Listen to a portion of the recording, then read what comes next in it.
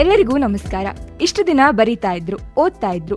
ಈಗ ತಮ್ಮ ಅನುಭವ ವಿಚಾರಗಳಿಗೆ ಅಕ್ಷರ ರೂಪ ನೀಡಿ ಪುಸ್ತಕವಾಗ್ಸಿದ್ದಾರೆ. ಎಸ್, ಮಿಡಲ್ ಕ್ಲಾಸ್ ಬದುಕಿನ ಸುತ್ತ ಹೆಣೆದಿರುವ ಸುಂದರ ಕತೆ ಮಿಡಲ್ ಕ್ಲಾಸ್ ಮೇನಿಯಾ. ಪುಸ್ತಕದ ಲೇಖಕ, ಯುವ ಬರಹಗಾರ, SDM ಕಾಲೇಜಿನ ದ್ವಿತೀಯ ಪತ್ರಿಕೋದ್ಯಮ ವಿದ್ಯಾರ್ಥಿ ರಂಗನಾಥ್ ಚಿತ್ರದುರ್ಗ ಇವರ ಪುಸ್ತಕ ಬರಿಬೇಕಾದ್ರೆ ಎದುರಿಸಿದ ಸವಾಲುಗಳು, ಈ ಪುಸ್ತಕ ಬರೆಯೋಕೆ ಏನು ಸ್ಫೂರ್ತಿ, ಇವೆಲ್ಲದರ ಪ್ರಶ್ನೆಗಳಿಗೆ ಉತ್ತರವನ್ನ ಕೇಳ್ಕೊಂಡು ಬರೋಣ ಬನ್ನಿ.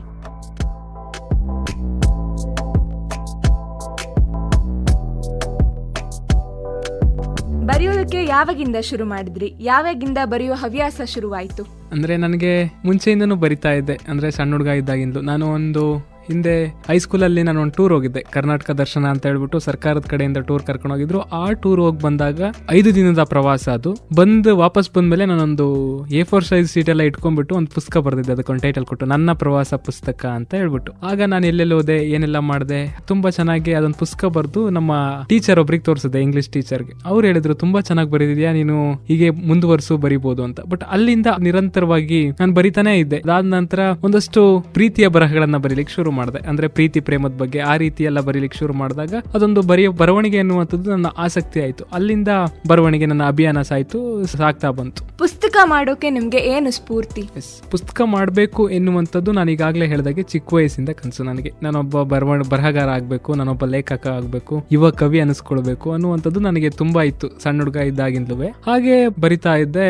ಒಂದಷ್ಟು ಅಂಕಣಗಳನ್ನ, ಕಾಲಂಗಳನ್ನ ಮತ್ತೆ ಪತ್ರಿಕೆಗಳಿಗೆ ಬರಹಗಳನ್ನ ಬರೆದು ಕಳಿಸಿದಾಗ ತುಂಬಾ ಜನ ತುಂಬಾ ಚೆನ್ನಾಗಿ ಬರೀತೀಯಾ, ಹೀಗೆ ಬರಿತಾ ಇರು ಅಂತ ಹೇಳ್ಬಿಟ್ಟು ನನ್ನ ಬೆನ್ತಟ್ಟಿ ಪ್ರೋತ್ಸಾಹಿಸಿದ್ದಕ್ಕೆ ಬರಿಬೇಕು ನಾನು ಏನೋ ಒಂಥರ ಎನ್ನುವಂತಹ ಪ್ರೋತ್ಸಾಹದ ಇದು ನನಗೆ ಬಂತು. ಹಾಗಾಗ್ಬಿಟ್ಟು ಬರವಣಿಗೆ ಶುರು ಮಾಡಿದೆ. ಬರವಣಿಗೆ ಶುರು ಮಾಡಿದ್ಮೇಲೆ ಕನ್ನಡದ ಖ್ಯಾತ ವಿಮರ್ಶಕರು ಮತ್ತು ಕಥೆಗಾರರು ಡಾಕ್ಟರ್ ರಾಜಶೇಖರ್ ಸಾಳೆಮನೆ ಸರ್ ಹತ್ರ ಹೋಗಿ, ಸರ್ ಹೀಗೆ ಬರಿತಾ ಇದ್ದೀನಿ, ನನ್ನ ಇಷ್ಟೊಂದು ಅಂಕಣಗಳಿದಾವೆ, ಮತ್ತೆ ಒಂದಷ್ಟು ಮಿಡಲ್ ಕ್ಲಾಸ್ ಬದುಕಿನ ಕಥೆಗಳಿಗೆ ನಾನು ಕಿವಿಯಾಗಿದ್ದೇನೆ, ಕೆಲವರ ಹತ್ರ ಕಥೆಗಳನ್ನ ಕೇಳಿದ್ದೇನೆ, ಅವರ ಬದುಕಿನ ಕಥೆಗಳಿಗೆ ಕಿವಿಯಾಗಿದ್ದೇನೆ, ಇದೆಲ್ಲವನ್ನ ಸೇರಿಸಿ ಒಂದು ಪುಸ್ತಕ ಮಾಡಬೇಕು ಅಂತ ಅನ್ಕೊಂಡಿದ್ದಾನೆ ಅಂತ ಹೇಳ್ಬಿಟ್ಟು ಅವ್ರ ಹತ್ರ ಕೇಳಿದಾಗ ಅವರು ಅದನ್ನೆಲ್ಲ ನೋಡಿ ಹೇಳ್ತೀನಿ ಅಂತ ಹೇಳ್ಬಿಟ್ಟು ಓದಿ ಖಂಡಿತವಾಗಿಯೂ ಮರು ಮಾತಿಲ್ಲದೆ ಈ ಪುಸ್ತಕವನ್ನ ಮಾಡಬಹುದು ಅಂತ ಹೇಳಿದ್ರು. ಹಾಗೆ ಈ ಪುಸ್ತಕ ರೂಪುಗೊಳ್ತು. ನಿಮ್ಮ ಪುಸ್ತಕ ಮಿಡಲ್ ಕ್ಲಾಸ್ ಮೇನಿಯಾ ಟೈಟಲೇ ವಿಭಿನ್ನವಾಗಿದೆ, ಅದ್ರ ಬಗ್ಗೆ ಸ್ವಲ್ಪ ಮಾತಾಡಿ. ಎಸ್, ಈಗಾಗಲೇ ಹೇಳಿದಂತೆ ಮಿಡಲ್ ಕ್ಲಾಸ್ ಬದುಕಿನ ಜೀವಿಗಳ ಕಥೆಗಳಿಗೆ ನಾನು ಕಿವಿಯಾಗಿದ್ದಾನೆ. ಯಾಕೆ ಅಂತಂದ್ರೆ ಮಧ್ಯಮ ವರ್ಗದ ಜೀವನದಲ್ಲಿ ನಾವೆಲ್ಲ ಏನೆಲ್ಲ ತಲ್ಲಣಗಳನ್ನ, ವಿಪ್ಲವಗಳನ್ನ ಅನುಭವಿಸ್ತೀವಿ, ಅದೆಲ್ಲವನ್ನು ಕೂಡ ಕ್ರೋಢೀಕರಿಸಿ ಒಂದೊಂದು ಆರ್ಟಿಕಲ್ ಆಗಿ,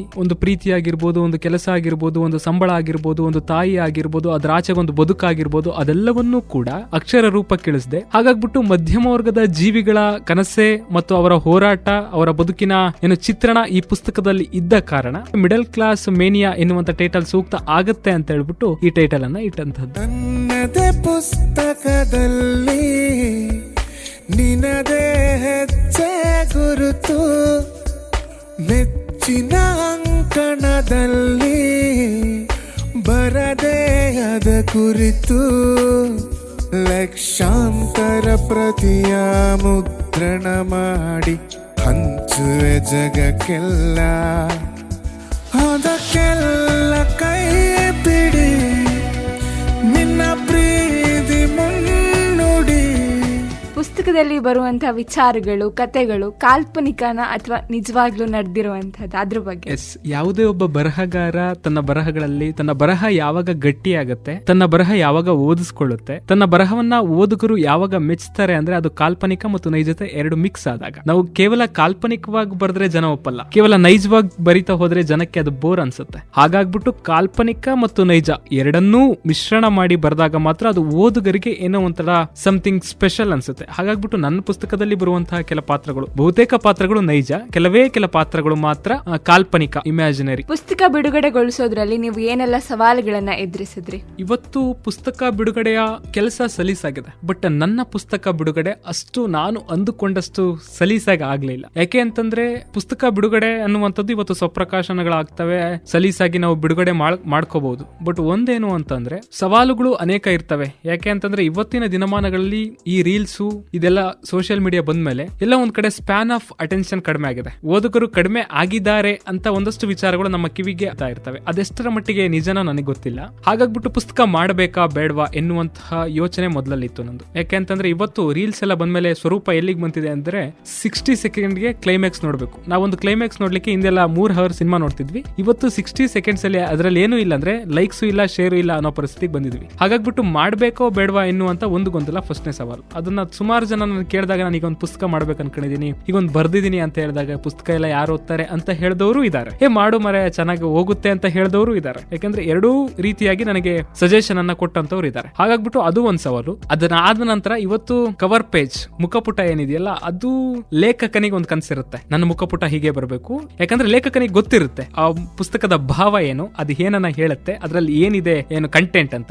ಬಟ್ ಅದನ್ನ ಕಲಾವಿದರಿಗೆ ನಾವು ಅರ್ಥ ಮಾಡಿಸೋದ್ರಲ್ಲಿ ಎಲ್ಲ ಒಂದ್ ಕಡೆ ವಿಫಲನಾದೆ ಅಂತ ನನ್ಗನ್ಸುತ್ತೆ. ಯಾಕೆಂತಂದ್ರೆ ನಾನು ಪುಸ್ತಕದ ಚಿತ್ರಣವನ್ನ ಕಲಾವಿದನಿಗೆ ಕಟ್ಟಿ ಕೊಡುವಲ್ಲಿ ವಿಫಲನಾಗಿದ್ದೆ. ಆ ಒಂದು ಕಾರಣದಿಂದಾಗಿ ನಾನು ಅಂದುಕೊಂಡಷ್ಟು ನನಗೆ ಸಮಾಧಾನ ತಂದು ಕೊಡುವಷ್ಟು ಮುಖಪುಟ ಬರ್ಲಿಲ್ಲ ಅಂತ ನನಗೆ ಅದೊಂದು ಇದೆ. ಹಾಗಾಗ್ಬಿಟ್ಟು ಕವರ್ ಪೇಜ್ ಮಾಡಿಸುವಂತದ್ದು ನಮಗೆ ಸ್ಯಾಟಿಸ್ಫ್ಯಾಕ್ಷನ್ ಆಗುವಂತದ್ದು ಮತ್ತೊಂದು ಸವಾಲು. ಇನ್ನೊಂದು ಏನು ಅಂತಂದ್ರೆ, ಏನೋ ಒಂದು ಸಮಾಜದಲ್ಲಿ ಗುರುತಿಸಿಕೊಂಡಂತವ್ರು ಮುನ್ನುಡಿಯನ್ನ ಬರೀಬೇಕು ಎನ್ನುವಂತಹ ಬಯಕೆಗಳು ನಮ್ಮಲ್ಲಿರುತ್ತೆ. ಖಂಡಿತ ಅದು ತಪ್ಪಲ್ಲ, ಯಾವುದೇ ಒಬ್ಬ ಬರಹಗಾರನಿಗೆ ಆ ಬಯಕೆಗಳು ಇರಬೇಕು ಕೂಡ. ಬಟ್ ಒಂದೇನು ಅಂತಂದ್ರೆ, ನಾನು ಮುನ್ನುಡಿ ಬರೆಸಲಿಕ್ಕೆ ಸರಿಸುಮಾರು 1 ತಿಂಗಳುಗಳ ಕಾಲ ಕಾಯ್ದಿದ್ದೆ. ಒಬ್ಬ ಯುವ ಲೇಖಕರನ್ನ ಕೇಳ್ಕೊಂಡಾಗ ಅವರು ಖಂಡಿತವಾಗಿಯೂ ಬಹಳ ಪ್ರೀತಿಯಿಂದ ಆದಷ್ಟು ಬೇಗ ಬರ್ಕೊಟ್ರು. ಮಿಕ್ಕಿದ್ದೆಲ್ಲವೂ ಕೂಡ ಅಂದ್ರೆ ಮುದ್ರಣದ್ದು ಇತ್ತೀಚಿನ ದಿನಗಳಲ್ಲಿ ಮುದ್ರಣ ಬಹಳ ತುಂಬಾ ಈಸಿ ಆಗಿದೆ. ಈ ಮಿಷನ್ಗಳು, ಟೆಕ್ನಾಲಜಿ ಎಲ್ಲ ತುಂಬಾ ಬೆಳೆದಿರೋದ್ರಿಂದ ಬಹುಬೇಗನೆ ಲೇಔಟ್ಗೂ ಆಗ್ತಾರೆ. ವಿತಿನ್ 1 ವೀಕ್ ಮುದ್ರಣ ಆಗಿ ಪುಸ್ತಕ ಕೈ ಸೇರತ್ತೆ ಅಷ್ಟು. ಸಾಹಿತ್ಯ ಕ್ಷೇತ್ರದಲ್ಲಿ ನಿಮ್ಮ ಯೋಚನೆಗಳು ಏನೇನಿದೆ ಅಂತ? ನಾನು ಒಬ್ಬ ಪತ್ರಕರ್ತನಾಗಬೇಕು ಅನ್ನುವಂತಹ ಕನಸು ಇದ್ರೂ ಕೂಡ ಸಾಹಿತ್ಯದಲ್ಲಿ ನನ್ನನ್ನು ನಾನು ನಿರಂತರವಾಗಿ ಜೀವನದುದ್ದಕ್ಕೂ ತೊಡಗಿಸ್ಕೊಳ್ಬೇಕು ಎನ್ನುವಂತ ಅಭಿಲಾಷೆ ನನ್ನಲ್ಲಿದೆ. ಏನು ಅಂತಂದ್ರೆ, ಪತ್ರಿಕೋದ್ಯಮದಲ್ಲಿ ಇದ್ದುಕೊಂಡು ಇವತ್ತು ಸಾಹಿತ್ಯ ಕೃಷಿಯನ್ನ ಮಾಡಿದಂತವರು, ಸಾಹಿತ್ಯದಲ್ಲಿ ತಮ್ಮನ್ನ ತಾವು ಸಕ್ರಿಯವಾಗಿ ತೊಡಗಿಸಿಕೊಂಡವರು, ಸಾಹಿತ್ಯ ಮತ್ತು ಪತ್ರಿಕೋದ್ಯಮ ಎರಡನ್ನೂ ಉಸಿರಾಡದಂತವರು ಇವತ್ತು ನಮ್ಮ ಕಣ್ಣೆದುರಿಗೆ ಸಾಕಷ್ಟು ಇದ್ದಾರೆ. ಅವರೇ ನನಗೆ ಸ್ಫೂರ್ತಿ. ಹಾಗಾಗ್ಬಿಟ್ಟು ಪತ್ರಿಕೋದ್ಯಮದ ಜೊತೆಗೆ ಸಾಹಿತ್ಯದಲ್ಲಿ ಅಂತಂದ್ರೆ ಕನ್ನಡ ಸಾಹಿತ್ಯದಲ್ಲಿ ನಿರಂತರವಾಗಿ ನಾನು ಬರಿತಾ ಹೋಗ್ಬೇಕು. ಯಾವತ್ತೂ ಸುಮ್ಮನೆ ಕೂರಬಾರ್ದು. ದಿನಕ್ಕೆ ಕನಿಷ್ಠ 1 ಪುಟವಾದರೂ 10 ಸಾಲುಗಳ ತೋಚಿದ್ದನ್ನ ಗೀಚುವ ಮತ್ತು ಅದನ್ನ 4 ಮನಸ್ಸುಗಳಿಗೆ ತಲುಪಿಸುವಂತಹ ಕೆಲಸವನ್ನ ಮಾಡಬೇಕು. ಹಾಗಾಗ್ಬಿಟ್ಟು ಮುಂದಿನ ಪುಸ್ತಕಗಳಿಗೆ ಈಗಾಗಲೇ ಪ್ಲಾನ್ ಆಗ್ತಾ ಇದೆ. ಅದರ ಒಂದು ರೂಪುರೇಷೆ ಕೂಡ ಸಿದ್ಧಗೊಂಡಿದೆ. ಸಾಮಾನ್ಯ ಬರಹಗಾರನಾಗಿ ರಾಜ್ಯಾದ್ಯಂತ ನಿಮ್ಮ ಪುಸ್ತಕವನ್ನ ಪ್ರಮೋಟ್ ಮಾಡುವಲ್ಲಿ ನೀವು ಏನೆಲ್ಲ ಸವಾಲುಗಳನ್ನ ಎದುರಿಸಿದ್ದೀರಿ? ಎಸ್, ಒಳ್ಳೆ ಪ್ರಶ್ನೆ. ಇದು ನನಗೆ ಕೂಡ ಒಂದು ಸ್ಪೆಷಲ್ ಫೀಲ್ ಕೊಡುತ್ತೆ ಈ ಪ್ರಮೋಷನ್ ಅಂತ ಬಂದಾಗ. ಒಬ್ಬ ಯುವ ಲೇಖಕ, ಒಬ್ಬ ಸಾಮಾನ್ಯ ಬರಹಗಾರ ಈಗ ತಾನೇ ಸಾಹಿತ್ಯ ಲೋಕಕ್ಕೆ ಕಾಲಿಟ್ಟಿದ್ದಾನೆ, ಅವನು ಬರೀತಾನೆ. ಅವನ ಪುಸ್ತಕಗಳನ್ನ ಕೊಳ್ಳಲಿಕ್ಕೆ ಏನು ಪುಸ್ತಕ ಮಳಿಗೆಗಳು ಮುಂದೆ ಬರೋದಿಲ್ಲ. ಬಟ್ ನನ್ನ ವಿಷಯದಲ್ಲಿ ಹಾಗಾಗ್ಲಿಲ್ಲ. ಯುವ ಲೇಖಕರ ಪುಸ್ತಕಗಳನ್ನ ಪುಸ್ತಕ ಮಳಿಗೆಗಳ ಖರೀದಿಸುವಲ್ಲಿ ಎಲ್ಲ ಒಂದ್ ಕಡೆ ಹಿಂದೇಟಾಗ್ತವೆ. ಹಾಗಾಗ್ಬಿಟ್ಟು ನನ್ನ ಪುಸ್ತಕವನ್ನ ನಾನೊಂದು ರೀಲ್ ಮಾಡಿದೆ, ಇನ್ಸ್ಟಾ ರೀಲ್. ಮೊದಲನೇದಾಗಿ ನನ್ನ ಸ್ನೇಹಿತನೊಬ್ಬ ನನ್ನ ಪುಸ್ತಕದ ಒಂದು 4 ಸಾಲುಗಳನ್ನ ಹೈಲೈಟ್ ಮಾಡಿ ಅದನ್ನ ಇನ್ಸ್ಟಾಗ್ರಾಮ್ ನಲ್ಲಿ ಹರಿಬಿಟ್ಟ. ಹಾಗಾಗ್ಬಿಟ್ಟು ಅದು ಎಲ್ಲ ಒಂದ್ ಕಡೆ ಹ್ಯೂಜ್ ರೆಸ್ಪಾನ್ಸ್ ಬಂತು. ಅದಕ್ಕೆ ಸರಿಸುಮಾರು 6,70,000 ಓದುಗರು ಅದನ್ನ ನೋಡಿದ್ರು. ಇನ್ಸ್ಟಾದಲ್ಲಿ ಒಂದಷ್ಟು ಒಳ್ಳೆ ಕಮೆಂಟ್ಸ್ ಬಂತು, ಒಳ್ಳೆ ಲೈಕ್ ಬಂತು. ಅದು ನನಗೆ ಪ್ಲಸ್ ಪಾಯಿಂಟ್ ಆಯ್ತು ಪ್ರಮೋಷನ್ ಮಾಡ್ಲಿಕ್ಕೆ. ಯಾವ ಪುಸ್ತಕ ಮಳಿಗೆಯಲ್ಲಿ ಹೋದ್ರು ಕೂಡ ಪುಸ್ತಕವನ್ನ ಕೊಂಡ್ಕೊಂಡ್ರು. ಅದಾದ ನಂತರ ನಾನು ಸೋಷಿಯಲ್ ಮೀಡಿಯಾದಲ್ಲಿ ನಿರಂತರವಾಗಿ ಪ್ರಮೋಷನ್ ಮಾಡ್ತಾ ಬಂದೆ. ನಿರಂತರವಾಗಿ ನನ್ನ ಸಾಮಾಜಿಕ ಜಾಲತಾಣಗಳಲ್ಲಿ ಆಕ್ಟಿವ್ ಆಗಿ ಪುಸ್ತಕದ ಬಗ್ಗೆ ಚಿತ್ರಗಳನ್ನ, ವಿಡಿಯೋಗಳನ್ನ ನಿರಂತರವಾಗಿ ಬಿತ್ತರಿಸಿದೆ. ಅದು ಓದುಗರಿಗೆ ತಲುಪಿತು. ಪುಸ್ತಕದಲ್ಲಿನ ಕೆಲ ಸಾಲುಗಳು ಓದುಗರಿಗೆ ಇಷ್ಟ ಆಯ್ತು. ಹಾಗಾಗ್ಬಿಟ್ಟು ಪ್ರಮೋಷನ್ ಅತಿ ಸುಲಭವಾಗಿ ಆಯ್ತು ನನ್ನ ವಿಚಾರದಲ್ಲಿ ಅಂತ ನಾನು ಅನ್ಕೊಳ್ತೇನೆ. ಪುಸ್ತಕ ಮಳಿಗೆಯವರಿಗೆ ಥ್ಯಾಂಕ್ಸ್ ಹೇಳ್ತೇನೆ. ನಾನು ತುಂಬಾ ಭಾವುಕ, ಸೋತೆ ಹದಕ್ಕೆ ಪ್ರಾಯಶಃ, ನಿನ್ನ ವಿನಃ ಬದುಕೆ ಪರಿಪೂರ್ಣ ಆಗಲಾರದು. ಖುಷಿಯಲ್ಲಿ ಈ ಹೃದಯ ಕಾಣಿಯಾಗಿರುವುದು ನಿನ್ನ ಈ ಮಾತಿಗೆ. ಸೊ ಪುಸ್ತಕ ಪಬ್ಲಿಷ್ ಆದ್ಮೇಲೆ ಜನರ ರೆಸ್ಪಾನ್ಸ್ ಹೇಗಿದೆ? ಎಸ್, ಖಂಡಿತವಾಗಿಯೂ ಒಬ್ಬ ಬರಹಗಾರನಿಗೆ ಅವನ ಅಕ್ಷರಗಳು ಪುಸ್ತಕದ ರೂಪ ಪಡೆದು ಓದುಗರ ಮನಸ್ಸು ತಲುಪಿ ಓದುಗರ ಬಾಯಲ್ಲಿ ಬರುವ ಮಾತುಗಳಿವೆಯಲ್ಲ, ಅದು ಕೊಟ್ಟಷ್ಟು ಖುಷಿ 1 ಕೋಟಿ ಕೊಟ್ಟರು ಸಿಗಲ್ಲ ಅಂತ ನಾನು ಅನ್ಕೋತೀನಿ. ನಾನು ಸೋಷಿಯಲ್ ಮೀಡಿಯಾದಲ್ಲಿ ಒಂದು ಪೇಜ್ ಹೈಲೈಟ್ ಮಾಡಿ ಹಾಕಿದ್ದಕ್ಕೆ ಬ್ರೋ ನೆಕ್ಸ್ಟ್ ಪೇಜ್ ಹಾಕಿ ಬ್ರೋ ಅಂತ ಕಮೆಂಟ್ ಮಾಡದಂತವ್ರು ಇದ್ದಾರೆ. ಅವರಿಗೆ ಪರ್ಸನಲ್ ಆಗಿ ಅವ್ರ ವಾಟ್ಸ್ಆಪ್ ನಂಬರ್ ತರಿಸ್ಕೊಂಡು ನನ್ನ ಪುಸ್ತಕದ ಅಷ್ಟೂ ಲೇಖನವನ್ನ ಅವರಿಗೆ ವಾಟ್ಸ್ಆಪ್ ಮಾಡಿದಂತದ್ದು ಇದೆ, ಆ ಲೇಖನದ ಅಷ್ಟೂ ಪೇಜ್ ಗಳನ್ನ. ಹಾಗಾಗ್ಬಿಟ್ಟು ಒಳ್ಳೆ ರೆಸ್ಪಾನ್ಸ್ ಇದೆ, ಒಳ್ಳೆ ಲೈಕ್ಸ್ ಇದೆ. ಆ ಖುಷಿ ಖಂಡಿತವಾಗಿಯೂ ನನಗಿದೆ. ಇನ್ನೂ ಕೂಡ ದೀಕ್ಷಿತ್ ನಾಯರ್, ಒಬ್ಬ ಯುವ ಯುವ ಲೇಖಕ ಮತ್ತು ಪತ್ರಕರ್ತ, ಅವರು ಕೂಡ ನನ್ನ ಬಗ್ಗೆ ತುಂಬಾ ಒಳ್ಳೆಯ ಮಾತುಗಳನ್ನಾಡಿದ್ದಾರೆ ನನ್ನ ಪುಸ್ತಕದ ಬಗ್ಗೆ. ಆಗ್ಬಿಟ್ಟು ಒಳ್ಳೆ ರೆಸ್ಪಾನ್ಸ್ ಇದೆ ನನಗೆ, ಅದು ತುಂಬಾ ಖುಷಿ ಕೊಡುವಂತಹ ವಿಚಾರ. ಸೊ ನೀವು ಈಗ ಒಂದು ರೀಲ್ ಬಗ್ಗೆನೇ ಮಾತಾಡಿದ್ರಿ. ನಿಮ್ಮ ಪುಸ್ತಕದಲ್ಲಿ 29 ಲೇಖನಗಳಿದ್ರು, ಅದರಲ್ಲಿ ಒಂದೇ ಲುಕ್ಕಿಗೆ ಬಿದ್ದರೆ ಹೇಗೆ ಅನ್ನುವಂತ ಒಂದು ಲೇಖನ ಬಹಳ ಜನರಿಗೆ ಇಷ್ಟವಾಗಿದೆ. ಅದರಲ್ಲಿ ಸಾಲು ಒಂದು: ಇಂದು ಹುಡುಗರು ಹುಡುಗಿಯರನ್ನ ಹುಡುಕುತ್ತಿಲ್ಲ, ತಮ್ಮ ಖಾಲಿತನವನ್ನ, ಒಂಟಿತನದ ಭಾವನೆಯನ್ನ ತುಂಬುವ ವಸ್ತುವನ್ನ, ನನಗೂ ಒಬ್ಬ ಗರ್ಲ್ ಫ್ರೆಂಡ್ ಇರ್ಬೇಕಿತ್ತು ಅನ್ನೋ ಕನಸಿನ ಕೊರತೆಯನ್ನ ನೀಗಿಸುವ ಮಾಯೆಯನ್ನ ಹುಡುಕುತ್ತಿದ್ದಾರೆ. ಹುಡುಗಿಯರ ಒಂದೇ ಲುಕ್ಕಿಗೆ ಹುಡುಗರು ಬಿದ್ದರೆ ಅದು ಪ್ರೇಮವಲ್ಲ, ಅದು ನಮ್ಮ ಕಣ್ಣುಗಳ ಸೋಲು. ಸೊ ಇದೇ ಲೈನ್ ಬಗ್ಗೆ ನೀವು ಮಾತಾಡ್ತಾ ಇದ್ರಿ. ಈ ಲೈನ್ ಹಾಕಿದಂತ ಒಂದು ರೀಲ್ ಬಹಳ ಓಡಿದೆ. ಇದ್ರ ಬಗ್ಗೆ ಏನ್ ಮಾತಾಡ್ತೀರಿ? ಅಂದ್ರೆ ಇವತ್ತು ನಾವೇನು ಕಾಲೇಜಿನ ಮೆಟ್ಟಿಲೇರಿದೀವಿ, ಕಾಲೇಜು ಕ್ಯಾಂಪಸ್ ನಿಂದ ಕಾಲೇಜು ಜೀವನ ಮುಗಿಸಿ ಹೊರ ಹೋಗ್ತಾ ಇದೀವಿ, ಯುವ ಮನಸ್ಸುಗಳು ನಾವೇನಿದೀವಿ, ನಮ್ಮ ಮನಸ್ಸುಗಳು ಇವತ್ತು ಎಲ್ಲ ಒಂದ್ ಕಡೆ ಪ್ರೀತಿಯ ಕಡೆಗಿಂತಲೂ ಅಟ್ರಾಕ್ಷನ್, ಆಕರ್ಷಣೆ ಅನ್ನುವಂಥದ್ದು ಇದೆಯಲ್ಲ, ಆ ಆಕರ್ಷಣೆಯ ತುಡಿತಕ್ಕೆ ಒಳಗಾಗ್ತಾ ಇದ್ದಾವೆ. ಪ್ರೀತಿಯನ್ನ ಬಯಸ್ತಾ ಇಲ್ಲ, ಬದಲಾಗಿ ಆಕರ್ಷಣೆಯನ್ನ ಬಯಸ್ತಾ ಇದ್ದಾವೆ. ಪ್ರೀತಿ ಮಾಡ್ಲಿಕ್ಕೆ ಮನಸ್ಸುಗಳು ಅರ್ಥ ಮಾಡ್ಕೋಬೇಕು. ಆ ರೀತಿ ಆ ಒಂದು ನಾನು ನಿಟ್ಟಿನಲ್ಲಿ ಆ ಒಂದು ಲೈನ್ ಗಳನ್ನ ಬರೆದೆ. ಅದು ತುಂಬಾ ಓಡಿದೆ. ಖಂಡಿತವಾಗಿಯೂ ನಾನು ಒಬ್ಬ ಪ್ರೀತಿಸಿದವನೇ, ನನಗೂ ಪ್ರೀತಿ ಪ್ರೇಮ ಇದರಲ್ಲೆಲ್ಲ ಖಂಡಿತವಾಗಿಯೂ ಆಸಕ್ತಿ ಇತ್ತು. ನಾನು ಕೂಡ ಇದರಲ್ಲಿ ಅನೇಕ ಬಾರಿ ಉಚ್ಚಾಟ ಆಡಿದ್ದೇನೆ. ಚಿತ್ರ ವಿಚಿತ್ರವಾದ ಸ್ಟೋರಿಗಳನ್ನ ಹಾಕೊಂಡಿದ್ದಾನೆ, ಸ್ಟೇಟಸ್ ಗಳನ್ನ ಹಾಕೊಂಡಿದ್ದಾನೆ. ನನ್ನ ಮೊದಲ ಪ್ರೇಮ ವಿಫಲ ಪ್ರೇಮ. ಅದು ನಾನು ಫಸ್ಟ್ ಲವ್ ಮಾಡಿದ್ದು, ಅದು ಲವ್ ಫೇಲ್ಯೂರ್. ನಾನು ಹೇಳ್ಕೊಂಡಿಲ್ಲ ನಾನು ನಿಮ್ಮನ್ನು ಪ್ರೀತಿಸ್ತಿದ್ದೀನಿ ಅಂತ, ಹೇಳ್ಕೊಳ್ಳುವಂತಹ ಸನ್ನಿವೇಶನೂ ಇರ್ಲಿಲ್ಲ. ಹಾಗಾಗ್ಬಿಟ್ಟು ನಾನು ಹೇಳ್ಕೊಳ್ಳಿಲ್ಲ. ಅದು ಎಲ್ಲ ಒಂದ್ ಕಡೆ ಅಟ್ರಾಕ್ಷನ್ ಆಗಿ ಉಳಿತು. ಹಾಗಾಗ್ಬಿಟ್ಟು ನಾವೆಲ್ಲ ಒಂದ್ ಕಡೆ ಆಕರ್ಷಣೆಗೆ ಒಳಗಾಗ್ತಾ ಇದೀವಿ, ಮುಂದಿನದನ್ನ ಯೋಚನೆ ಮಾಡ್ತಿಲ್ಲ ಅಂತ ಅನಿಸ್ತು. ಹಾಗಾಗಿ ಬರ್ದಿದ್ದು. ನೀವು ನಿಮ್ಮ ಅನುಭವಗಳನ್ನೇ ಹಾಗಾದ್ರೆ ಬರಹವಾಗಿ ಪುಸ್ತಕವಾಗಿಸಿದ್ದೀರಾ ಅಂತ? ಖಂಡಿತ ಹೌದು. ಅನುಭವಗಳು ಬಿಟ್ರೆ ಅಲ್ಲಿ ಬೇರೆ ಏನು ಇಲ್ಲ. ಅನುಭವಗಳು ಯಾವಾಗ ನಮ್ಮಲ್ಲಿ ಪಕ್ವವಾಗ್ತವೆ, ನಮ್ಮಲ್ಲಿ ಅನುಭವದ ಇಟ್ಟಿಗೆ ಗೂಡು ಯಾವಾಗ ಸುಡುತ್ತೆ, ಅದು ಸುಟ್ಟು ಕಸುವಾಗುತ್ತೆ, ಆಗ ಬರಹ ಗಟ್ಟಿಯಾಗುತ್ತೆ. ನಮ್ಮ ಅನುಭವಗಳು ಎಷ್ಟು ಜಾಸ್ತಿ ಆಗ್ತಾವೋ ಅಷ್ಟು ಬರವಣಿಗೆ ನಮ್ಮನ್ನ ವೃದ್ಧಿಸಿಕೊಂಡು ನಮ್ಮನ್ನ ಬರವಣಿಗೆಯಲ್ಲಿ ತೊಡಗಿಸುತ್ತೆ. ಹಾಗಾಗ್ಬಿಟ್ಟು ಅನುಭವಗಳು ಮಾಗಿದಷ್ಟು ಪುಸ್ತಕ ಚೆನ್ನಾಗಿ ಬರುತ್ತೆ ಅಂತ ನಾನು ಸ್ವತಃ ನಂಬಿದ್ದೀನಿ. ಅನುಭವಗಳ ಮೂಲಕ ಒಂದಷ್ಟು ಕಾಲ್ಪನಿಕತೆಯನ್ನು ಸೃಷ್ಟಿಸಿಕೊಂಡು ಪುಸ್ತಕವನ್ನ ಹೊರತಂದಿದ್ದೀನಿ.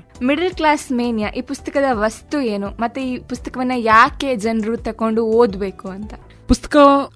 ಪುಸ್ತಕದ ಒಂದು ಇದನ್ನ ಅಂತ ಹೇಳಿದ್ರೆ, ಅದು ಕಂಪ್ಲೀಟ್ 29 ಲೇಖನಗಳಲ್ಲಿ 7 ಅಂಕಣಗಳೇನಿದಾವೆ, ಕ್ರೀಡಾ ಅಂಕಣಗಳು. ಅವು ಕೂಡ ಮಧ್ಯಮ ವರ್ಗದ ಜೀವಿಗಳ, ಅಂದ್ರೆ ಜನರ, ಯುವಕರ, ಯಾರು ತಿನ್ನಲಿಕ್ಕೆ ಒಂದೊತ್ತಿನ ಊಟಕ್ಕೂ ಕಷ್ಟಪಟ್ಟು ಬ್ಯಾಟ್ ಹಿಡಿದು ಮೈದಾನದಲ್ಲಿ ತನ್ನ ಬೆವರಿನ ಶ್ರಮವನ್ನ ಹರಿಸಿ ಏನು ಒಂದು ಉಜ್ವಲವಾದಂತಹ ಬದುಕನ್ನ ಕಟ್ಕೊಂಡ್ರು, ಅಂತವರ ಕತೆ 7 ಇದಾವೆ. ಅದನ್ನ ಹೊರತುಪಡಿಸಿ ಉಳಿದೆಲ್ಲವೂ ಕೂಡ ಮಧ್ಯಮ ವರ್ಗದ ಜೀವಿಗಳ ಬದುಕು ಬವಣೆ, ಅವರ ತಲ್ಲಣ ವಿಪ್ಲವಗಳನ್ನ, ಅವರ ದಿನನಿತ್ಯದ ಬದುಕಿನಲ್ಲಿ ಅವರು ಅನುಭವಿಸಲಿರುವ ಮತ್ತು ಅನುಭವಿಸಿದಂತಹ ಮತ್ತು ಇಂದಿಗೂ ಅನುಭವಿಸುತ್ತಿರುವಂತಹ ಒಂದಷ್ಟು ವಿಚಾರಧಾರೆಗಳನ್ನ ಈ ಪುಸ್ತಕ ವಸ್ತು ಮಾಡಿಕೊಂಡಿದೆ, ತನ್ನ ಕಥಾ ವಸ್ತು ಮಾಡಿಕೊಂಡಿದೆ. ಅಲ್ಲಿರುವಂತಹ ಅಷ್ಟೂ ಲೇಖನಗಳು ಅದು ಕೇವಲ ಒಂದು ಮೋಟಿವೇಶನಲ್ ಕೈಪಿಡಿ ಅಂತ ಯಾರು ಭಾವಿಸಿಲ್ಲ ಅಂತ ನಾನು ಅನ್ಕೊಂಡಿದ್ದೀನಿ. ಅದನ್ನ ಸುಮಾರು ಜನ ನನ್ಗೆ ಹೇಳಿದ್ದಾರೆ. ನೈಜ ಚಿತ್ರಣ ಯಾಕೆ ಕೊಡ್ತಿದ್ದೀನಿ, ಅಲ್ಲಿ ಉದಾಹರಣೆಗಳು ತುಂಬಾ ಹೇಳಿದ್ದೀನಿ. ಒಬ್ಬ ಓದುಗನಿಗೆ ಉಪದೇಶ ಕೊಡೋದಕ್ಕಿಂತ ಉದಾಹರಣೆ ಕೊಟ್ಟಾಗ ಅದು ಅವನ ಮನಸ್ಸಿಗೆ ತಾಕತ್ತೆ. ಹಾಗಾಗ್ಬಿಟ್ಟು ಉದಾಹರಣೆಗಳ ಮೂಲಕ ವಿವರಣಾ ಸಹಿತವಾಗಿ ನಾನು ಆ ಪುಸ್ತಕದಲ್ಲಿ ನನ್ನ ಮಿಡಲ್ ಕ್ಲಾಸ್ ಬದುಕಿನ ನಾನು ಕಂಡುಂಟಂತಹ ನೋವು ನಲುವುಗಳು ಮತ್ತು ಅನುಭವಿಸಿದಂತಹ ನೋವನ್ನ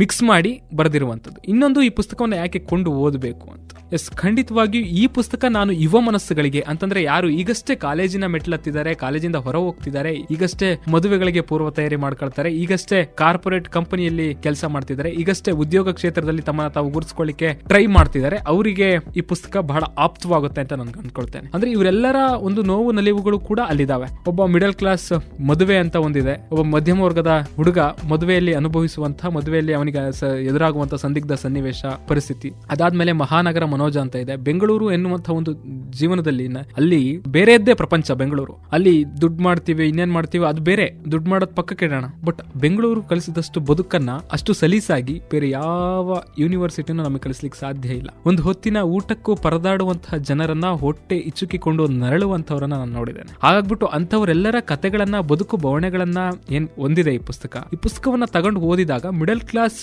ಜಗತ್ತೇನಿದೆ, ಮಿಡಲ್ ಕ್ಲಾಸ್ ಬದುಕು ಏನಿದೆ, ಮಧ್ಯಮ ವರ್ಗದ ಜೀವಿಗಳೇನಿದ್ದಾರೆ, ಅವರ ಕತೆಗಳಿದಾವೆ, ಅದು ಓದುಗರಿಗೆ ಆಪ್ತವಾಗುತ್ತೆ, ಇಷ್ಟವಾಗುತ್ತೆ ಎನ್ನುವಂಥದ್ದು ನನ್ನ ಅಭಿಪ್ರಾಯ. ಹಾಗಾಗಿ ಈ ಪುಸ್ತಕವನ್ನ ಓದುಗರು ಕಣ್ಣಿಗೊತ್ಕೊಂಡು ಓದ್ತಾರೆ ಅಂತ ನಾನು ಅನ್ಕೊಂಡಿದ್ದೇನೆ. ಅದು ನನಗೆ ಎಲ್ಲ ಒಂದ್ ಕಡೆ ಕನಸಾಗಿತ್ತು. ಬಟ್ ಇತ್ತೀಚೆಗೆ ಸೋಷಿಯಲ್ ಮೀಡಿಯಾದಲ್ಲಿ ನೋಡಿದಾಗ ನಾನು ಬರೆದ್ರು ಓದ್ತಾರೆ ಎನ್ನುವಂತಹ ಭಾವನೆ ಬಂದಿದೆ. ಸೊ ನಿಮ್ಮ ರೀತಿಯಲ್ಲಿಯೇ ಪುಸ್ತಕ ಬರೀಬೇಕು, ಲೇಖಕನಾಗಬೇಕು ಅನ್ನುವಂಥ ಕನಸುಗಳನ್ನ ಕಾಣ್ತಾರಲ್ವಾ, ಸೊ ಅಂತ ಯುವ ಬರಹಗಾರರಿಗೆ ಏನ್ ಹೇಳ್ತೀರಾ? ಬರೆದದ್ದನ್ನ ನಾವು ಚಡಪಡಿಸ್ತೀವಿ, ಇಮಿಡಿಯೇಟ್ ಆಗಿ ಪ್ರಕಟ ಆಗಬೇಕು. ಅದು ಇವತ್ತು ಬರೆದ್ರೆ ನಾಳೆ ಬೆಳಿಗ್ಗೆ ಪೇಪರಲ್ಲಿ ಪಬ್ಲಿಷ್ ಆಗಬೇಕು, ಇವತ್ತು ಬರೆದ್ರೆ ನಾಳೆ ಬೆಳಿಗ್ಗೆ ವೆಬ್ಸೈಟ್ ಅಲ್ಲಿ ಬೈಲೈನ್ ಒಂದಿಗೆ ಬರಬೇಕು. ಅದು ತಪ್ಪು. ಆಕ್ಚುಲಿ ನನಗೆ ಸುಮಾರು ಜನ ಹೇಳಿರುವಂತದ್ದು. ಯಾಕೆ ಅಂತಂದ್ರೆ ಒಂದೇ ಬರವಣಿಗೆ, ಒಂದೇ ಒಂದು ಸಲಿಗೆ ನಾವು ಫಸ್ಟ್ ಏನ್ ಬರಿತೀವಲ್ಲ ಆ ಬರವಣಿಗೆ ಅಷ್ಟು ಚೆನ್ನಾಗಿರಲ್ಲ ಅಂತ ನಾನು ಸ್ವತಃ ನಂಬ್ತೇನೆ. ಒಂದು ಬರವಣಿಗೆಯನ್ನ ಬರೆದು, ಒಂದು ಆರ್ಟಿಕಲ್ ಅನ್ನ ಬರೆದು ಆ ಪದಗಳನ್ನ ಹೊಡಿಬೇಕು, ಪದಕ್ಕೆ ಭಾವವನ್ನ ತುಂಬಬೇಕು, ಪದಕ್ಕೆ ಪದ ಕಟ್ಟಬೇಕು, ವಾಕ್ಯ ಸೇರಿಸಿ ಅಲ್ಲೊಂದು ರಚನೆ ರೂಪ ಕೊಡಬೇಕು. ಹಾಗೆ ಮಾತ್ರ ಬರಹ ಗಟ್ಟಿಯಾಗುತ್ತೆ, ಓದಿಸ್ಕೊಳ್ಳುತ್ತೆ. ಹಾಗಾಗ್ಬಿಟ್ಟು ಬರೆದದ್ದನ್ನ ಇಮಿಡಿಯೇಟ್ ಪ್ರಕಟ ಆಗಬೇಕು, ಇಮಿಡಿಯೇಟ್ ನಾಳೆ ಬೆಳಿಗ್ಗೆ ಪತ್ರಿಕೆಯಲ್ಲಿ ಬರಬೇಕು, ನಮ್ಮ ಬರಹವನ್ನ ನಾಳೆ ತುಂಬಾ ಜನ ಓದಬೇಕು. ಈ ರೀತಿ ಯಾವಾಗ ಮಹತ್ವ, ಅದನ್ನು ಹೇಳಿದೀನಿ ನಾನು ಮಹತ್ವಾಕಾಂಕ್ಷೆಗಳ ಬಗ್ಗೆ. ಮಹತ್ವಾಕಾಂಕ್ಷೆಗಳನ್ನ ಇಟ್ಕೊಂಡು ಬರಹ ಬರಿಬಾರ್ದು. ಯಾರೋ ಓದಬೇಕು, ರಿಪ್ಲೈ ಮಾಡಬೇಕು, ನಾನು ಒಂದು ಲೆಟರ್ ಟು ದ ಎಡಿಟರ್ ಬರೀತೀನಿ, ಅದಕ್ಕೆ ನನಗೆ ರಿಪ್ಲೈ ಬರಬೇಕು, ಅದರಿಂದ ಕೆಲಸ, ಆ ರೀತಿಯಾದಂತಹ ಆಕಾಂಕ್ಷೆಗಳನ್ನ ಇಟ್ಕೊಂಡು ಬರೆದ್ರೆ ಅಲ್ಲಿ ಬರವಣಿಗೆ ಗಟ್ಟಿಯಾಗಲ್ಲ, ಬರವಣಿಗೆ ಓದುಗನ ಮನಸ್ಸನ್ನ ಸ್ಪಷ್ಟವಾಗಿ ತಲುಪಲ್ಲ. ಹಾಗ್ಬಿಟ್ಟು ಅದೆಲ್ಲವನ್ನೂ ಕೂಡ ಬಿಟ್ಟು ಬರೆದನ್ನೇ ಮತ್ತೆ ತಿದ್ದಿ ಅದಕ್ಕೊಂದು ರೂಪ ಕೊಟ್ಟು ಪದೇ ಪದೇ ಓದಿದಾಗ ಚೇಂಜಸ್ ಗೊತ್ತಾಗುತ್ತೆ, ಎಲ್ಲಿ ಏನು ಬದಲಾವಣೆ ಮಾಡಬೇಕು ಅಂತ. ಹಾಗೆ ಬರೆದ್ರೆ ಉತ್ತಮ ಅಂತ ನನಗನ್ಸುತ್ತೆ. ಅದನ್ನ ನಾನು ಕೂಡ ಮಾಡ್ತಾ ಬಂದಿದೆ. ಸೊ 29 ಲೇಖನವನ್ನ ಬರೀಬೇಕಾದ್ರೆ ಏನೆಲ್ಲ ಸವಾಲುಗಳನ್ನ ಎದುರಿಸಿದ್ರಿ ನೀವು? ನನಗೆ 29 ಲೇಖನಗಳ ಕಾನ್ಸೆಪ್ಟ್ ಅಷ್ಟೇ ಅಲ್ಲ, ನನ್ನ ಕಣ್ಣು ಮುಂದೆ 100-150 ಲೇಖನಗಳ ಕಾನ್ಸೆಪ್ಟ್ ಇತ್ತು, ವಿಚಾರಗಳಿತ್ತು. ಮಧ್ಯಮ ವರ್ಗದ ಜೀವ ನಾನು 100-150 ಪಟ್ಟಿ ಮಾಡಿ ಅದರಲ್ಲಿ ಯಾವುದನ್ನ ಆಯ್ಕೆ ಮಾಡಬೇಕು, ಯಾವುದನ್ನ ಪುಸ್ತಕಕ್ಕೆ ಹಾಕಬೇಕು, ಯಾವುದನ್ನ ಬೇಡ ಅನ್ನುವಂಥದ್ದನ್ನ ಅಳೆದು ತೂಗಿ ಲೆಕ್ಕ ಹಾಕಿ 29 ಲೇಖನಗಳನ್ನ ಆಯ್ದುಕೊಂಡೆ. ಸುಮಾರು ಕತೆ ಇತ್ತು. ಮಧ್ಯಮ ವರ್ಗದ ಜೀವಿಗಳ ಬದುಕು, ಒಬ್ಬ ಕ್ರಿಕೆಟರ್ ಕತೆ ಇತ್ತು, ಒಬ್ಬ ಅಂಗವಿಕಲೆ ಬದುಕನ್ನ ಕಟ್ಕೊಂಡಂತ ಕತೆ ಇತ್ತು. ನಾನು ಖಂಡಿತವಾಗಿಯೂ ಫೋನ್ ಮಾಡಿದ್ದೇನೆ, ಅವರಿಗೆ ಕೇಳಿದ್ದೀನಿ, ಅವರ ಕತೆಗಳಿಗೆ ಕಿವಿ ಆಗಿದ್ದೇನೆ. ಬರ್ಕೊಳ್ಳುವಾಗ ನನ್ನ ಪುಸ್ತಕ ತೊಯ್ಯುವಷ್ಟು ಹತ್ತಿದ್ದೀನಿ, ನನ್ನ ಕಣ್ಣೀರು ಆ ಪುಸ್ತಕದ ಮೇಲೆ ಬಿದ್ದಿದೆ. ಅವರ ಕತೆಗಳಿಗೆ ಕಿವಿಯಾಗಿದ್ದೇನೆ. ಫೋನ್ ಮಾಡಿ ನೀವು ಏನ್ ಮಾಡ್ತಿದ್ದೀರಿ ಏನು ಅಂತ ವಿಚಾರಿಸುವಾಗ, ಅವರ ಬದುಕಿನ ಕತೆಗಳನ್ನ ಹೇಳುವಾಗ ತುಂಬಾ ನನಗೆಲ್ಲ ಒಂದ್ ಕಡೆ ಬೇಸರ ಅನ್ಸಿದ್ದು ಇದೆ. ಯಾವ ವ್ಯಕ್ತಿ, ಯಾವ ಬರಹ ನನ್ನ ಮನಸ್ಸಿನ ಕದ ತಟ್ತೋ ಅಂತಹ ಲೇಖನಗಳನ್ನ ಮಾತ್ರ ನಾನು ಆಯ್ದುಕೊಂಡೆ. ತಿಥಿಯೂಟ ಮತ್ತು ಅವಳು ಅನ್ನುವಂಥ ಒಂದು ಲೇಖನ ಇದೆ. ಆ ಲೇಖನವನ್ನ ನಾನು ದುಃಖಿಸಿ ಹತ್ತಿದ್ದೇನೆ ಆ ಲೇಖನ ಬರೆಯುವಾಗ, ಮತ್ತೆ ಫೋನ್ ಮಾಡಿ ಆ ಹುಡುಗಿಯ ಅಷ್ಟು ಮಾಹಿತಿಯನ್ನ ಕಲೆ ಹಾಕುವಾಗ. ನಾನು ಯಾವುದನ್ನು ಕೂಡ ಇಲ್ಲಿ ಬರಿಬೇಕು ಅಂತ ನಾನೇ ಸ್ವತಃ ಇಮ್ಯಾಜಿನ್ ಮಾಡ್ಕೊಂಡು, ಕಂಪ್ಲೀಟ್ ಇಮ್ಯಾಜಿನೇಷನ್ ಇಲ್ಲ ಅಲ್ಲಿ. ಎಲ್ಲವೂ ಕೂಡ ಒಬ್ಬೊಬ್ಬರ ಕತೆ. ಅದು ಒಂದೊಂದು ಲೇಖನ ಒಬ್ಬೊಬ್ಬರ ಜೀವನವನ್ನ, ಒಬ್ಬರ ಜೀವನ ಕಥೆಯನ್ನ ಪ್ರತಿನಿಧಿಸುತ್ತೆ. ಹಾಗಾಗ್ಬಿಟ್ಟು ಎಲ್ಲ ಒಂದ್ ಕಡೆ ನನಗೆ ಅದು ಸವಾಲಾಯ್ತು, ಯಾವ್ದನ್ನ ಹಾಕ್ಬೇಕು ಯಾವ್ದನ್ನ ಬಿಡಬೇಕು ಅಂತ. ಕೊನೆಗೆ ನನಗೆ ಕನ್ಫ್ಯೂಷನ್, ಅದಾಕಿದ್ರೆ ಚೆನ್ನಾಗಿ, ಇದಾಕಿದ್ರೆ ಚೆನ್ನಾಗಿ, ಇದನ್ನ ಹಾಕೋಣ. ಬಟ್ ಕಂಪ್ಲೀಟ್ ಆಗಿ ಒಂದು ಒಳ್ಳೆ 29 ಲೇಖನಗಳನ್ನ ಆಯ್ದು ಪುಸ್ತಕಕ್ಕೆ ಹಾಕಿದೆ. ಇನ್ನು ತುಂಬಾ ಅದು ಅಷ್ಟು ಆಗ್ಬೋದಿತ್ತು, ಬಟ್ ಹಣಕಾಸಿನ ವಿಚಾರ ಇದೆಯಲ್ಲ, ದುಡ್ಡಿನ ವಿಚಾರ, ಅಷ್ಟು ಅನ್ನ ಪ್ರಿಂಟ್ ಮಾಡಿಸ್ಲಿಕ್ಕೆ ದುಡ್ಡು ಭಾಳ ಆಗುತ್ತೆ. ನನ್ನ ಹತ್ರ ಅಷ್ಟು ದುಡ್ಡು ಇರಲಿಲ್ಲ. ಹಾಗ್ಬಿಟ್ಟು 29 ಲೇಖನಗಳನ್ನ ಮಾತ್ರ ಅದ್ರೊಳಗೆ ಹಾಕ್ತದೆ. ಒಬ್ಬ ಯುವ ಬರಹಗಾರನಾಗಿ, ಸೊ ಈಗ ಫಿನಾನ್ಷಿಯಲಿ ನೀವು ಸ್ಟ್ರಾಂಗ್ ಇರೋದಿಲ್ಲ, ಸೊ ಯಾವ ರೀತಿಯ ಬಡ್ಜೆಟ್ ಪ್ಲಾನ್ಗಳೆಲ್ಲ ಹೇಗಾಯ್ತು ಪುಸ್ತಕವನ್ನ ಹೊರ ತರಬೇಕಾದ್ರೆ? ಜಗತ್ತಲ್ಲಿ ದುಡ್ಡಿಲ್ದೆ ಏನೂ ಆಗಲ್ಲ. ಮನೆಯ ಉದಾಸಲಿನಿಂದ ಹೊರಗಡೆ ಕಾಲಿಟ್ರೆ ನಮಗೆ ದುಡ್ಡು ಬೇಕು. ಹಾಗಾಗ್ಬಿಟ್ಟು ಬರವಣಿಗೆನೂ ಕೂಡ ಅದರಿಂದ ಏನು ಹೊರತಾಗಿಲ್ಲ. ಬರವಣಿಗೆಗೆ ಒಂದಷ್ಟು ದುಡ್ಡು ಬೇಕಾಗತ್ತೆ. ಪತ್ರಿಕೆಗೆ ಬರೆಯೋದು ಬೇರೆ, ಅಂಕಣಗಳನ್ನು ಬರೆಯೋದು ಬೇರೆ, ವೆಬ್ಸೈಟ್ಗಳಿಗೆ ಬರೆಯೋದು ಬೇರೆ. ಬಟ್ ಪುಸ್ತಕ ಮಾಡಲಿಕ್ಕೆ ಒಂದಷ್ಟು ದುಡ್ಡು ಅಂತ ಬೇಕಾಗತ್ತೆ. ಪ್ರಕಾಶಕರು ಇದ್ರೆ ಏನು ಅನ್ಸಲ್ಲ, ಅಂದ್ರೆ ಪುಸ್ತಕ ಪ್ರಕಾಶಕರು ಇದ್ರೆ ಅವರೊಂದಷ್ಟು ದುಡ್ಡು ಹಾಕ್ತಾರೆ. ನಾವು ಅದಕ್ಕೆ ಪ್ರಮೋಷನ್ ಮಾಡಿ ಅವರಿಗೆ ಒಂದಷ್ಟು ಮಾರಾಟ ಆಗೋ ರೀತಿ ಮಾಡಿದ್ರೆ, ಚೆನ್ನಾಗಿ ಬರೆದ್ರೆ ಅಷ್ಟು ಸಮಸ್ಯೆ ಆಗಲ್ಲ. ಈಗ ನಂತರ ಯುವ ಬರಹಗಾರ ಇರ್ತಾರಲ್ಲ, ಅವರ ಪುಸ್ತಕವನ್ನು ಪ್ರಕಾಶನ ಮಾಡಲಿಕ್ಕೆ ಯಾರು ಮುಂದೆ ಬರಲ್ಲ, ಅಂಥವರಿಗೆ ದುಡ್ಡಿನ ಅವಶ್ಯಕತೆ ಇರುತ್ತೆ. ಹಾಗಾಗ್ಬಿಟ್ಟು ಇವತ್ತು ಪೇಜ್ಗಳ ರೇಟ್ ಜಾಸ್ತಿ ಆಗಿದೆ. ಮತ್ತು ಕಲಾವಿದರು ಕೂಡ ಇವತ್ತು ಒಂದು ಮುಖಪುಟ ಮಾಡಿಸ್ಲಿಕ್ಕೆ ಹೆಚ್ಚು ಕಡಿಮೆ 3,500-4 ಸಾವಿರ ಬೇಕು. ಪುಸ್ತಕ ಒಂದು 500 ಕಾಪಿ ಪುಸ್ತಕ ಮಾಡಲಿಕ್ಕೆ ಒಂದು 35-40 ಸಾವಿರ ದುಡ್ಡು ಬೇಕು. ಹಾಗಾಗ್ಬಿಟ್ಟು ಫಿನಾನ್ಷಿಯಲಿ ಏನು ಅಂತಂದರೆ, ನಾನು ಕೊಡೋ ಸಣ್ಣ ಸಜೆಷನ್ ಏನು ಅಂತಂದರೆ, ಫಸ್ಟ್ ದುಡ್ಡು ನಿಮ್ಮ ಹತ್ರ ಇದೆಯಾ, ಪುಸ್ತಕಕ್ಕೆ ಆಗುವಷ್ಟು ದುಡ್ಡು ಇದೆಯಾ, ಟೈಟಾಗಿ ತುಂಬ ಬಜೆಟ್ ಪ್ಲಾನ್ ಮಾಡಿ, ಯಾವ್ಯಾವುದಕ್ಕೆ ಎಷ್ಟೆಷ್ಟು, ಪುಸ್ತಕ ಪ್ರಕಟಣೆಗೆ ಎಷ್ಟು, ನನ್ನ ಪ್ರಮೋಷನ್ಗೆ ಎಷ್ಟು ಎತ್ತಿಡಬೇಕು, ಕವರ್ ಪೇಜ್ಗೆ ಎಷ್ಟಾಗುತ್ತೆ, ಆ ರೀತಿಯಾದಂಥ ಪ್ಲಾನ್ ಮಾಡಿ ಪುಸ್ತಕವನ್ನು ಹೊರತಂದರೆ ತುಂಬ, ಅಂದರೆ ಫಿನಾನ್ಷಿಯಲಿ ಶಿಸ್ತಿರಬೇಕು, ಆರ್ಥಿಕ ಶಿಸ್ತಿರಬೇಕು. ಪುಸ್ತಕವನ್ನು ಎಲ್ಲ ಒಂದು ಕಡೆ ಒಂದು ಪ್ರಾಪರ್ ಬಜೆಟ್ ಇಟ್ಕೊಂಡು ಮಾಡಿದ್ರೆ ಖಂಡಿತವಾಗಿಯೂ ಅದನ್ನ ಓದುಗರಿಗೆ ತಲುಪಿಸ್ಬೋದು ಅಂತ ನನಗನ್ಸುತ್ತೆ. ಅದು ಏನು ಕಷ್ಟ, ಪಬ್ಲಿಷರ್ ಇದ್ರೆ ಕಷ್ಟ ಆಗಲ್ಲ, ಬಟ್ ಸ್ವಪ್ರಕಾಶನ ಇದ್ದಾಗ ಈ ರೀತಿಯಾದಂತಹ ಅಳೆದು ತೂಗಿ ಲೆಕ್ಕಾಚಾರ ಹಾಕಬೇಕಾಗತ್ತೆ. ಸೊ ಯುವ ಮನಸ್ಸುಗಳು ನಿಮ್ಮ ಬರವಣಿಗೆಗೆ ಅಭಿಮಾನಿಗಳಾಗಿ ಆ ರೀತಿ ಯಾವ ರೀತಿಯಾದರೂ ರೆಸ್ಪಾನ್ಸ್ಗಳು ಬಂದಿದೆಯಾ? ಇತ್ತೀಚೆಗೆ ಓದುಗರೊಬ್ರು ಹೇಳ್ತಾ ಇದ್ರು, ಏನು ಅಂತಂದ್ರೆ, ಇನ್ನು ಮೊನ್ನೆ ತಾನೇ ಓದಿ ಮುಗಿಸಿದ್ದಾರೆ ಪುಸ್ತಕವನ್ನು. ಅವ್ರು ಹೇಳ್ತಾ ಇದ್ರು, ತುಂಬಾ ಚೆನ್ನಾಗಿ ಕಟ್ಕೊಟ್ಟಿದ್ದೀರಾ, ಅಂದ್ರೆ ವಿವರಣಾ ಸಹಿತವಾಗಿ, ವಿವರಣೆ ಶೈಲಿ ಆಗಿರ್ಬೋದು, ಉದಾಹರಣೆ ಸಹಿತ ವಿವರಣೆ ಆಗಿರ್ಬೋದು, ಉಪದೇಶವನ್ನ ನೀಡದೆ ಬರೀ ಉಪದೇಶವನ್ನ ಉದಾಹರಣೆಯನ್ನ ಎರಡು ಒಟ್ಟೊಟ್ಟಾಗಿ ಇನ್ನು ರಸವತ್ತಾಗಿ ಅಕ್ಷರ ರೂಪ ಕಳಿಸಿದ್ರೆ ಅದು ತುಂಬಾ ಇಷ್ಟ ಆಯ್ತು ನಮಗೆ. ಅದರಲ್ಲೂ ಎಸ್ಪೆಷಲಿ ಒಂದೇ ಲುಕ್ಕಿಗೆ ಬಿದ್ದರೆ ಹೇಗೆ ಎನ್ನುವಂತಹ ಲೇಖನದ ಬಗ್ಗೆ ತುಂಬಾ ಚರ್ಚೆಗಳು ನಡೀತಾ ಇದಾವೆ. ಎಲ್ಲರೂ ಸ್ಟೇಟಸ್ ಸ್ಟೋರಿಗಳು ಹಾಕೋತಾ ಇದ್ದಾರೆ. ಅದ್ರ ಬಗ್ಗೆ ಸಾಮಾಜಿಕ ಜಾಲತಾಣದಲ್ಲಿ ಚರ್ಚೆ ನಡೀತಿದೆ. ನನ್ನ ಕಮೆಂಟ್ ನಲ್ಲಿ ಯುದ್ಧ ನಡೆಯುತ್ತೆ. ಕೆಲವರು ಇದು ಪಾರ್ಶಿಯಲಿ ಕರೆಕ್ಟ್ ಅಂತಾರೆ, ಇನ್ನು ಕೆಲವರು ನೀವು ಎಲ್ಲರನ್ನು ಜನರಲೈಸ್ ಮಾಡಿ ಹೇಗೆ ಹೇಳ್ತೀರಾ ಅಂತಾರೆ, ಇನ್ನು ಕೆಲವರು ಅವರವರೇ ಕಿತ್ತಾಡ್ತಾರೆ. ಖಂಡಿತವಾಗಿಯೂ ಇದು ನಿಜ ಅಂತ ಕೆಲವರು ಹೇಳ್ತಾರೆ. ಆ ಕಿತ್ತಾಟವನ್ನ ನೋಡಿದಾಗ ಬರ್ದದಕ್ಕೂ ಸಾರ್ಥಕ ಆಯ್ತು ಅಂತ ನನ್ಗೆ ಅನ್ಸುತ್ತೆ. ಸೊ ಮಿಡಲ್ ಕ್ಲಾಸ್ ಮೇನಿಯಾ ನಿಮ್ಮ ಕನಸಿನ ಪುಸ್ತಕ ಅಂದ್ರೆ ತಪ್ಪಾಗ್ಲಿಕ್ಕಿಲ್ಲ. ಎಷ್ಟು ಖುಷಿ ಇದೆ ಪುಸ್ತಕವನ್ನ ಬಿಡುಗಡೆಗೊಳಿಸಿರೋದು. ತುಂಬಾ ಖುಷಿ ಇದೆ. ಅದು ನನ್ನ ನಿರಂತರ ತಪಸ್ಸು, 1 ವರ್ಷಗಳ ನಿರಂತರ ಹೋರಾಟ ತಪಸ್ಸು. ನಾನು ತುಂಬಾ ಒಂದು 9 ತಿಂಗಳು ನನ್ನ ಮನಸ್ಸಲ್ಲಿ ಹಾಗೆ ಇಟ್ಕೊಂಡಿದ್ದೆ ಅದನ್ನ ಬರೀತಾ. ಪಬ್ಲಿಷ್ ಆಗುತ್ತೋ ಇಲ್ವೋ ಅಂದ್ಕೊಂಡ್ ಕೆಲಸ ಆಗುತ್ತೋ ಇಲ್ಲ, ಮುಂಚೆ ಹೇಳ್ಕೊಳ್ಳೋದು ಬೇಡ, ನೋಡೋಣ ಕಾಯೋಣ ಅಂತ ಹಾಗೇ ಇಟ್ಕೊಂಡಿದ್ದೆ. ಯಾವಾಗ ಪುಸ್ತಕ ಪಬ್ಲಿಷ್ ಆಗುತ್ತೆ ಅನ್ನುವಂಥದ್ದು ಕನ್ಫರ್ಮ್ ಆಯ್ತು, ಆಗ ನಾನು ಅದನ್ನ ಬಹಿರಂಗವಾಗಿ ನನ್ನ ಪುಸ್ತಕ ಬರ್ತಿದೆ ಅಂತ ಹೇಳ್ಕೊಂಡೆ. ಖಂಡಿತವಾಗಿ ಅದು ನನಗೆ ತುಂಬಲಾರದ ಖುಷಿ ಕೊಟ್ಟಿದೆ. ಸೊ ಕೊನೆಯದಾಗಿ ಮಿಡಲ್ ಕ್ಲಾಸ್ ಮೇನಿಯಾ ಪುಸ್ತಕವನ್ನ ಜನರು ಯಾಕೆ ಓದಬೇಕು ಅಂತಂದ್ರೆ, ಇವತ್ತು ನಾವ್ ಯಾರು ಕೂಡ, ನಾನು ಆಗ್ಲೇ ಹೇಳಿದಾಗೆ, ಇದು ಮಧ್ಯಮ ವರ್ಗದ ಜೀವಿಗಳಿಗೆ, ಯಾರು ಬದುಕಿನಲ್ಲಿ ಅನುಭವಿಸಲಾರದಂತಹ ಕಷ್ಟಗಳನ್ನ ಅನುಭವಿಸಿ ಮೇಲಕ್ಕೆ ಎದ್ದು ಬಂದಿರ್ತಾರೆ ಅಂಥವರಿಗೆ ತುಂಬಾ ಆಪ್ತವಾಗಿ ಈ ಪುಸ್ತಕ ಯಾರಿಗೆ ಇಷ್ಟ ಆಗುತ್ತೆ ಅಂತಂದ್ರೆ ಯುವ ಮನಸ್ಸುಗಳು. ಯಾಕೆಂತಂದ್ರೆ ಯುವ ಮನಸ್ಸುಗಳು ಚಡಪಡಿಸ್ತಾರೆ. ಅವರ ಕಷ್ಟಗಳು, ಅವರ ಬದುಕು ಬವಣೆಗಳು, ಅವರ ತಲ್ಲಣಗಳು, ಅವರು ಅನುಭವಿಸುತ್ತಿರುವಂತಹ ದಿನನಿತ್ಯದ ಏನು ತೊಂದರೆಗಳಿರ್ತವೆ, ಅವನ್ನ ಯಾರ ಬಳಿ ಕೂಡ ಹೇಳ್ಕೊಳಕ್ಕಾಗಲ್ಲ. ಎದೆಯ ಭಾರವನ್ನ ಕಡಿಮೆ ಮಾಡ್ಕೊಳಕ್ಕಾಗಲ್ಲ. ಅಂಥವರು ಈ ಪುಸ್ತಕನ ಓದಿ ತನಗೆ ತಾನೇ ಸಮಾಧಾನ ಮಾಡ್ಕೊಳ್ತಾರೆ ಎನ್ನುವಂತಹ ಭರವಸೆ ನನಗಿದೆ. ಯಾಕಂದ್ರೆ ಕಷ್ಟ ಯಾರನ್ನು ಬಿಟ್ಟಿಲ್ಲ. ಕಷ್ಟ ಮನುಷ್ಯನಿಗೆ ಬರದೆ ಮರಕ್ ಬರಲ್ಲ, ಸಮಸ್ಯೆಗಳು ಮನುಷ್ಯನಿಗೆ ಬರದೆ ಮರಕ್ ಬರಲ್ಲ. ಸಮಸ್ಯೆಗಳು, ಸವಾಲುಗಳು ಇರೋದೇ ಎದುರಿಸಲಿಕ್ಕಲ್ವಾ. ಹಾಗಾಗ್ಬಿಟ್ಟು ಸಾಸಿವೆ ಕಾಳಿನ ಸವಾಲಿಗೆ ಕುಂಬಳಕಾಯಿ ಗಾತ್ರದ ಜೀವನವನ್ನ ನಾನು ತ್ಯಾಗ ಮಾಡ್ತೇನೆ ಎನ್ನುವಂತ ಯುವ ಮನಸ್ಸುಗಳು ಇವತ್ತು ಒಂದು PUC ರಿಸಲ್ಟ್ ಬಂದ್ರೆ ತಾನು ಅಂದುಕೊಂಡಷ್ಟು ಮಾರ್ಕ್ಸ್ ಬರದೆ ಹೋದ್ರೆ ಇವತ್ತು ಏನೆಲ್ಲ ಘಟನೆಗಳಾಗ್ತವೆ. ನಾವು ಜರ್ನಲಿಸಮ್ ಅಲ್ಲಿ ಇದ್ದು ಹುಡುಕೋತಿರ್ತೀವಿ, ಎಲ್ಲೆಲ್ಲಿ ಏನಾನ ಆಗಿದೆ, ರಿಸಲ್ಟ್ ಬಂದಿದೆ, ಯಾರ್ಯಾರು ಕೆರೆ ಬಾವಿ ನೋಡ್ಕೊಂಡಿದ್ದಾರೆ ಅಂತ. ಹಾಗಾಗ್ಬಿಟ್ಟು ತಮ್ಮನ್ನ ತಾವು ಗಟ್ಟಿಗೊಳಿಸ್ಕೋಬೇಕು. ಸವಾಲುಗಳು, ಕಷ್ಟ ಇವತ್ತು ಬರುತ್ತೆ ನಾಳೆ ಹೋಗುತ್ತೆ ಅಂತ ಅನ್ಕೊಳ್ಳುವಂತಹ ಭಾವ ಓದುಗರಲ್ಲಿ ಬರಬೇಕು ಅಂತಾನೆ ನಾನು ಬರೆದಿರೋದು. ಆ ಭಾವ ಓದುಗನಲ್ಲಿ ಬಂದ್ರೆ ನಿಜಕ್ಕೂ ನಾನು ಬರೆದಕ್ಕೂ ಸಾರ್ಥಕ ಆಯ್ತು ಅಂತ ನಾನು ಅನ್ಕೊಳ್ತೇನೆ. ಅದಕ್ಕಾಗಿ ಪುಸ್ತಕವನ್ನ ಯುವ ಮನಸ್ಸುಗಳು ಓದಬೇಕು ಅಂತ ನಾನು ಕೇಳ್ತೇನೆ. ವಿದ್ಯಾರ್ಥಿ ಜೀವನದಲ್ಲಿ ಪುಸ್ತಕ ಹೊರತಂದು ಎಲ್ಲ ಯುವ ಬರಹಗಾರರಿಗೆ, ಓದುಗಾರರಿಗೆ ನೀವು ಸ್ಫೂರ್ತಿಯಾಗಿದ್ದೀರಿ. ನಿಮ್ಮ ಬರವಣಿಗೆ ಕೃಷಿ ಹೀಗೆ ಸಾಗಲಿ, ಇನ್ನಷ್ಟು ಪುಸ್ತಕಗಳನ್ನ ನೀವು ಬರೆದು ಹೊರತರುವಂತಾಗಲಿ ಅಂತ ನಿಮಗೆ ಶುಭಾಶಯಗಳನ್ನ ಕೋರ್ತಾ ಇದ್ದೇವೆ. ಥ್ಯಾಂಕ್ ಯು ಕವನ ಅವರೇ.